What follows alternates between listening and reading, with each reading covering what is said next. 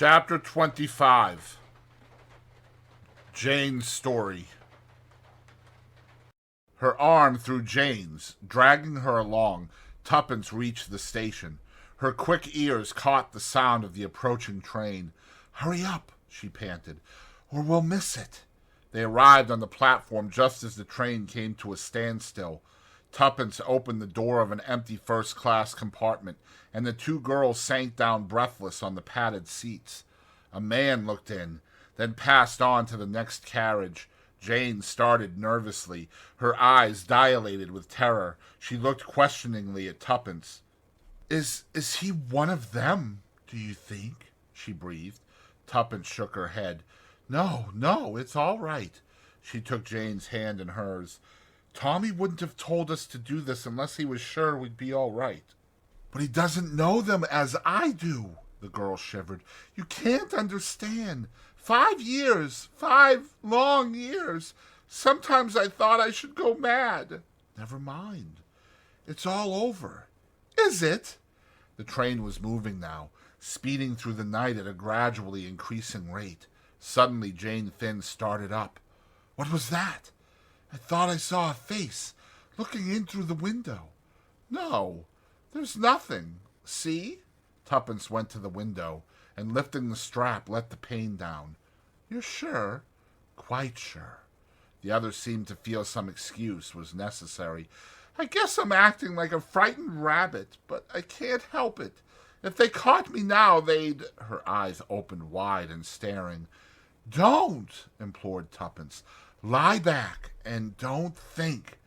You can be quite sure that Tommy wouldn't have said it was safe if it wasn't." "My cousin didn't think so. He didn't want us to do this." "No," said Tuppence, rather embarrassed. "What are you thinking of?" said Jane sharply. "Why? Your voice was so queer." "I was thinking of something," confessed Tuppence, "but I don't want to tell you. Not now. I may be wrong, but I don't think so.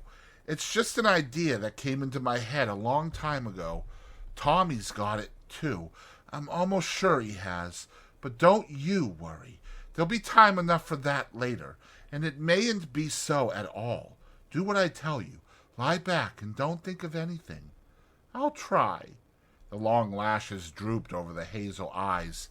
Tuppence, for her part, sat bolt upright, much in the attitude of a watchful terrier on guard. In spite of herself, she was nervous. Her eyes flashed continually from one window to the other. She noted the exact position of the communication cord, what it was that she feared. She would have been hard put to it to say, but in her own mind she was far from feeling the confidence displayed in her words. Not that she disbelieved in Tommy, but occasionally she was shaken with doubts as to whether anyone so simple and honest as he was could ever be a match for the fiendish subtlety of the arch-criminal. If they once reached Sir James Peel Edgerton in safety, all would be well. But would they reach him?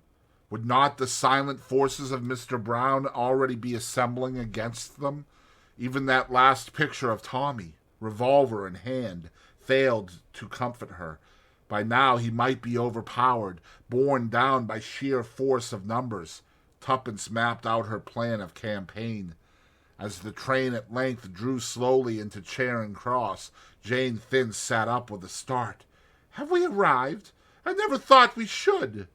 "Oh, I thought we'd get to London all right. If there's going to be any fun, now is when it will begin. Quick, get out. We'll nip into a taxi." In another minute they were passing the barrier, had paid the necessary fares, and were stepping into a taxi. "King's Cross," directed Tuppence. Then she gave a jump. A man looked in at the window, just as they started. She was almost certain it was the same man who had got into the carriage next to them. She had a horrible feeling of being slowly hemmed in on every side. "You see," she explained to Jane, "if they think we're going to Sir James, this will put them off the scent. Now they'll imagine we're going to Mr. Carter. His country place is north of London somewhere." Crossing Holborn, there was a block, and the taxi was held up. This was what Tuppence had been waiting for. "Quick," she whispered. Open the right-hand door." The two girls stepped out into traffic. 2 minutes later they were seated in another taxi and were retracing their steps, this time direct to Carlton House Terrace. "There," said Tuppence with great satisfaction. "This ought to do them. I can't help thinking that I'm really rather clever. How that other taxi man will swear. But I took this number, and I'll send him a postal order tomorrow, so that he won't lose by it if he happens to be genuine. What's this thing swerving? Oh!" There was a grinding noise and a bump.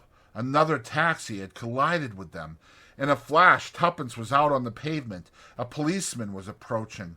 Before he had arrived, Tuppence had handed the driver 5 shillings, and she and Jane had merged themselves in the crowd. "It's only a step or two now," said Tuppence breathlessly. The accident had taken place in Trafalgar Square. "Do you think the collision was an accident or done deliberately?" "I don't know. It might have been either." Hand in hand, the two girls hurried along.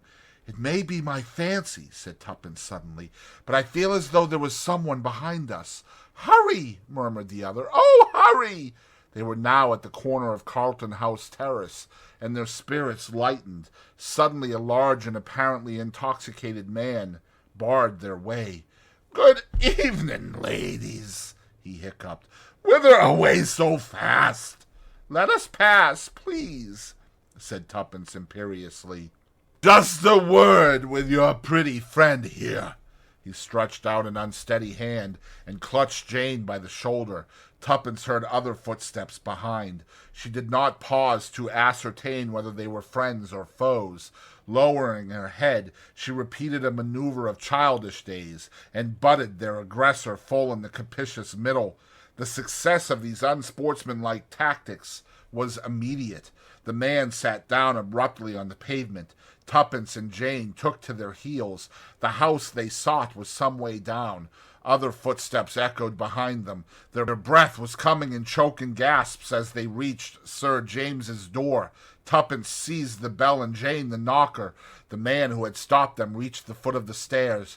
For a moment he hesitated, and as he did so the door opened. They fell into the hall together. Sir James came forward from the library door. "Hello, what's this?"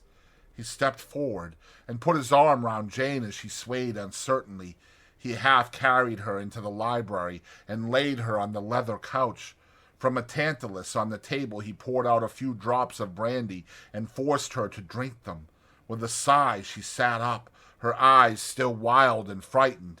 "It's all right. Don't be afraid, my child. You're quite safe."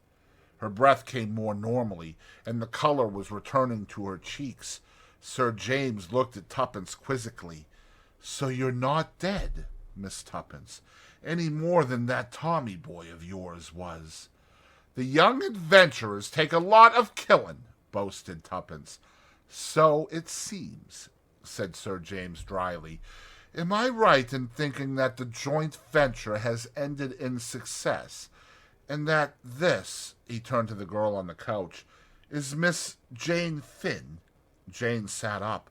"Yes," she said quietly, "I am Jane Finn. I have a lot to tell you. When you are stronger—" "No, now," her voice rose a little.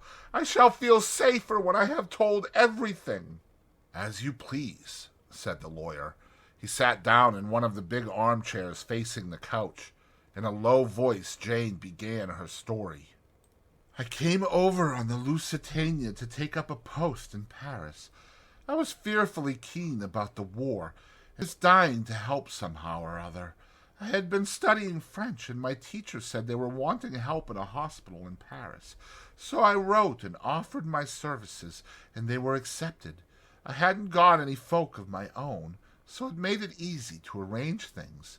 When the Lusitania was torpedoed, a man came up to me. I'd noticed him more than once, and I figured it out in my own mind that he was afraid of somebody or something. He asked me if I was a patriotic American, and told me he was carrying papers which were just life or death to the Allies. He asked me to take charge of them. I was to watch for an advertisement in the Times. If it didn't appear, I was to take them to the American ambassador. Most of what followed seems like a nightmare still. I see it in my dreams sometimes. I'll hurry over that part. Mr. Danvers had told me to watch out. He might have been shadowed from New York, but he didn't think so. At first I had no suspicions, but on the boat to Holyhead I began to get uneasy. There was one woman who had been very keen to look after me and chum up with me generally, a Mrs. Vandermeyer. At first I'd been only grateful to her for being so kind to me, but all the time I felt there was something about her I didn't like, and on the Irish boat I saw her talking to some queer-looking men, and from the way they looked I saw that they were talking about me. I remembered that she'd been quite near me on the Lusitania when Mr. Danvers gave me the packet, and before that she tried to talk to him once or twice. I began to get scared, but I didn't quite see what to do. I had a wild idea of stopping at Holyhead and not going on to London that day, but I soon saw that that would be plumb foolishness. The only thing was to act as though I'd noticed nothing and hope for the best. I couldn't see how they could get me if I was on my guard. One thing I'd done already as a precaution, ripped open the oilskin packet and substituted blank paper, and then sewn it up again. So if anyone did manage to rob me of it, it wouldn't matter. What to do with the real thing worried me no end. Finally, I opened it out flat. There were only 2 sheets, and laid it between 2 of the advertisement pages of a magazine. I stuck the 2 pages together round the edge with some gum off an envelope. I carried the magazine carelessly stuffed into the pocket of my ulster. At Holyhead, I tried to get into a carriage with people that looked all right, but in a queer way there seemed always to be a crowd round me, shoving and pushing me, just the way I didn't want to go. There was something uncanny and frightening about it. In the end, I found myself in a carriage with Mrs. Vandermeyer after all. I went out into the corridor, but all the other carriages were full, so I had to go back and sit down. I consoled myself with the thought that there were other people in the carriage.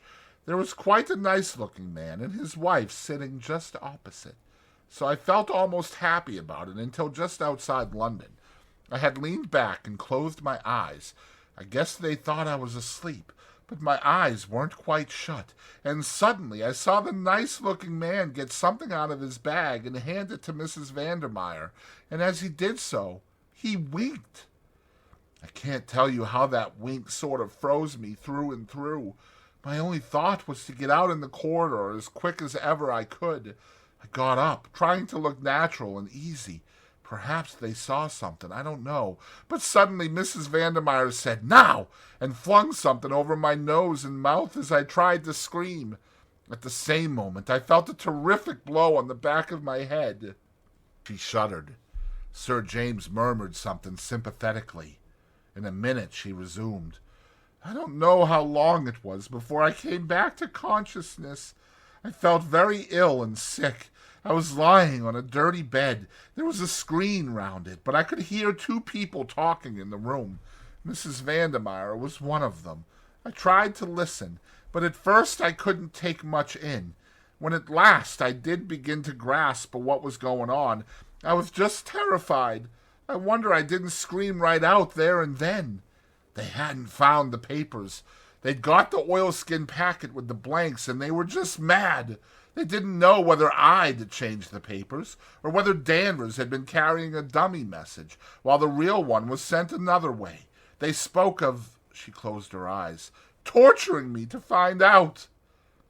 I'd never known what fear, really sickening fear, was before. Once they came to look at me. I shut my eyes and pretended to be still unconscious, but I was afraid they'd hear the beating of my heart. However, they went away again. I began thinking madly. What could I do? I knew I wouldn't be able to stand up against torture very long. Suddenly, something put the thought of loss of memory into my head. The subject had always interested me, and I'd read an awful lot about it. I had the whole thing at my fingertips. If only I could succeed in carrying the bluff through, it might save me. I said a prayer and drew a long breath. Then I opened my eyes and started babbling in French. Mrs. Vandermeyer came round the screen at once. Her face was so wicked I nearly died, but I smiled up at her doubtfully and asked her in French where I was. It puzzled her. I could see. She called the man she had been talking to. He stood by the screen with his face in shadow. He spoke to me in French. His voice was very ordinary and quiet, but somehow, I don't know why, he scared me worse than the woman. I felt he'd seen right through me, but I went on playing my part. I asked again where I was, and then went on that there was something I must remember, only for the moment it was all gone. I worked myself up to be more and more distressed. He asked me my name. I said I didn't know, that I couldn't remember anything at all. Suddenly he caught my wrist and began twisting it. The pain was awful. I screamed. He went on. I screamed and screamed, but I managed to shriek out things in French. I don't know how long I could have gone on, but luckily I fainted. The last thing I heard was his voice saying, "That's not bluff." Anyway, a kid of her age wouldn't know enough. I guess he forgot American girls are older for their age than English ones and take more interest in scientific subjects. When I came to, Mrs. Vandermeyer was sweet as honey to me. She'd had her orders, I guess. She spoke to me in French, told me I'd had a shock and been very ill. I should be better soon. I pretended to be rather dazed, murmured something about the doctor having hurt my wrist. She looked relieved when I said that. By and by she went out of the room altogether. I was suspicious still, and lay quite quiet for some time. In the end, however, I got up and walked round the room, examining it. I thought that even if anyone was watching me from somewhere, it would seem natural enough under the circumstances. It was a squalid, dirty place. There were no windows, which seemed queer. I guessed the door would be locked, but I didn't try it. There were some battered old pictures on the walls, representing scenes from Faust.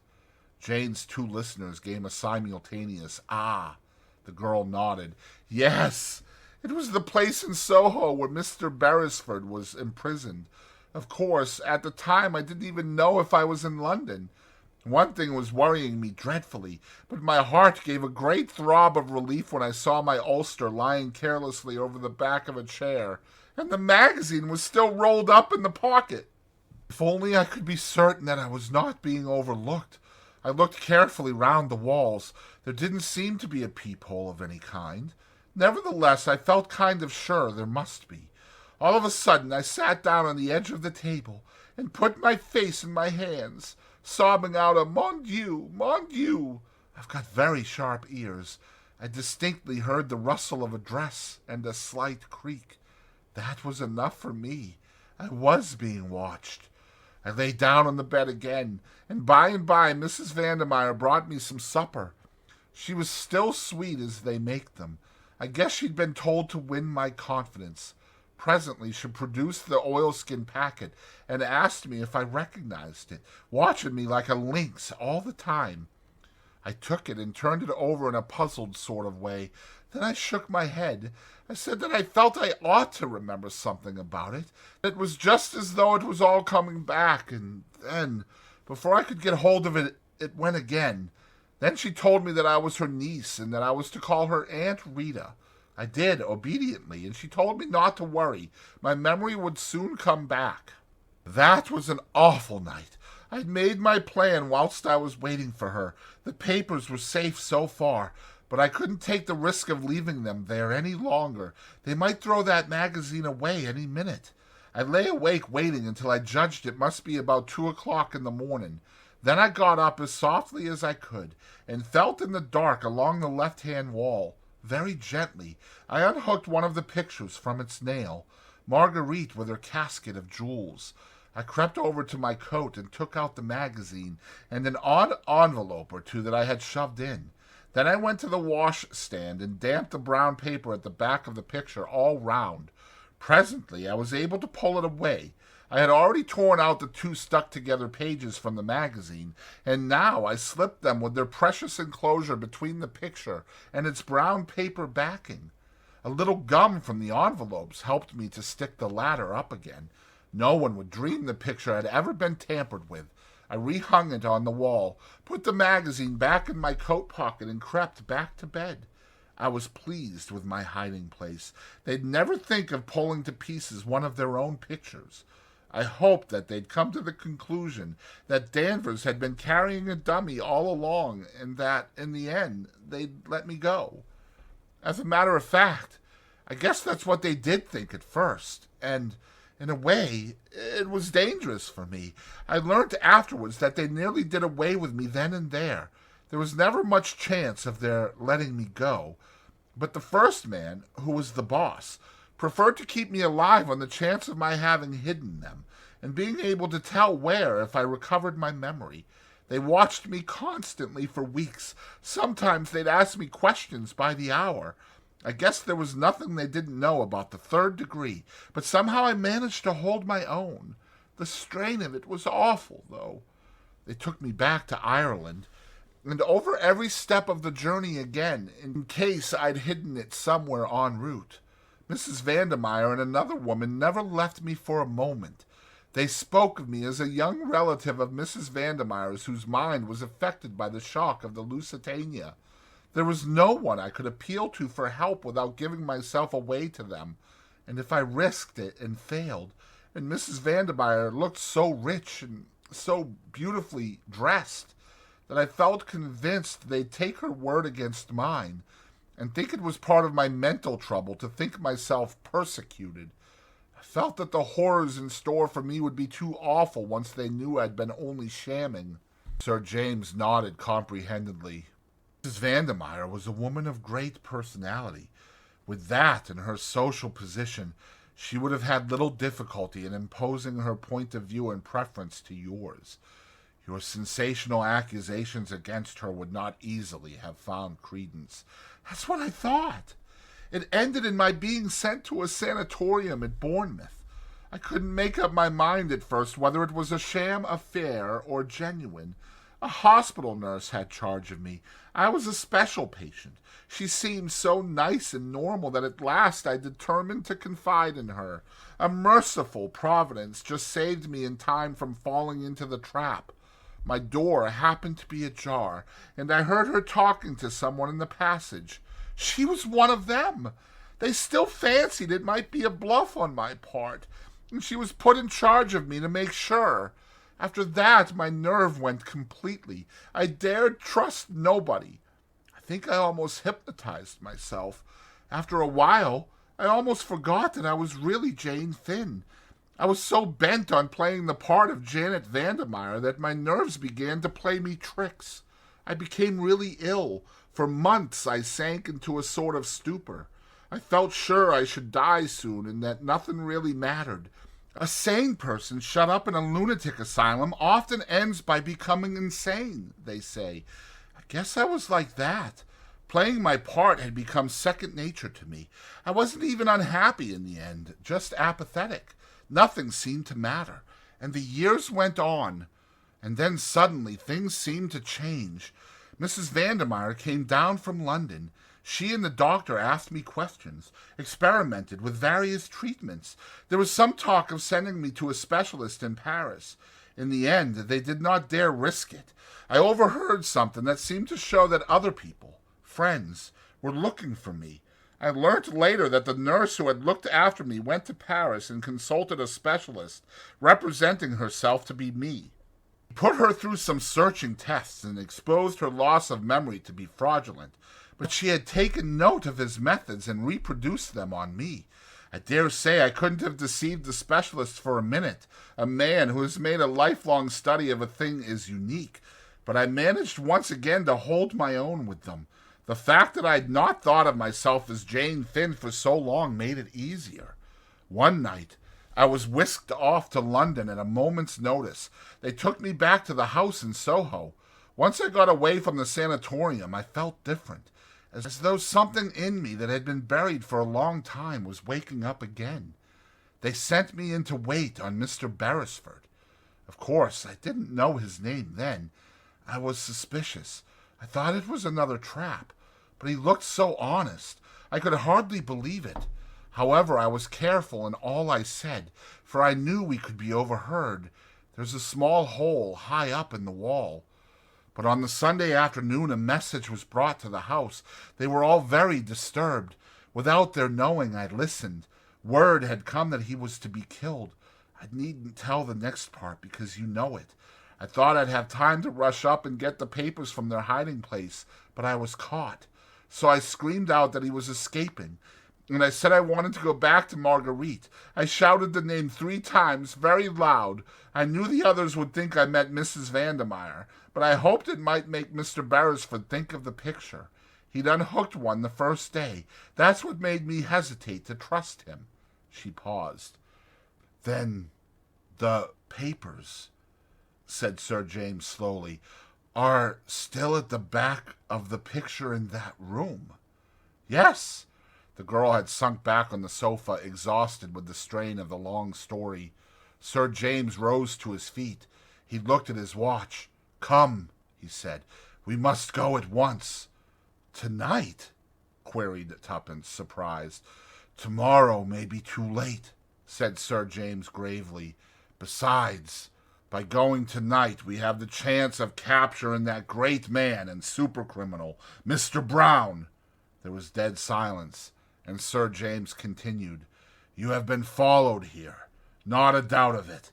When we leave the house we shall be followed again, but not molested, for it is Mr. Brown's plan that we are to lead him. But the Soho house is under police supervision night and day. There are several men watching it.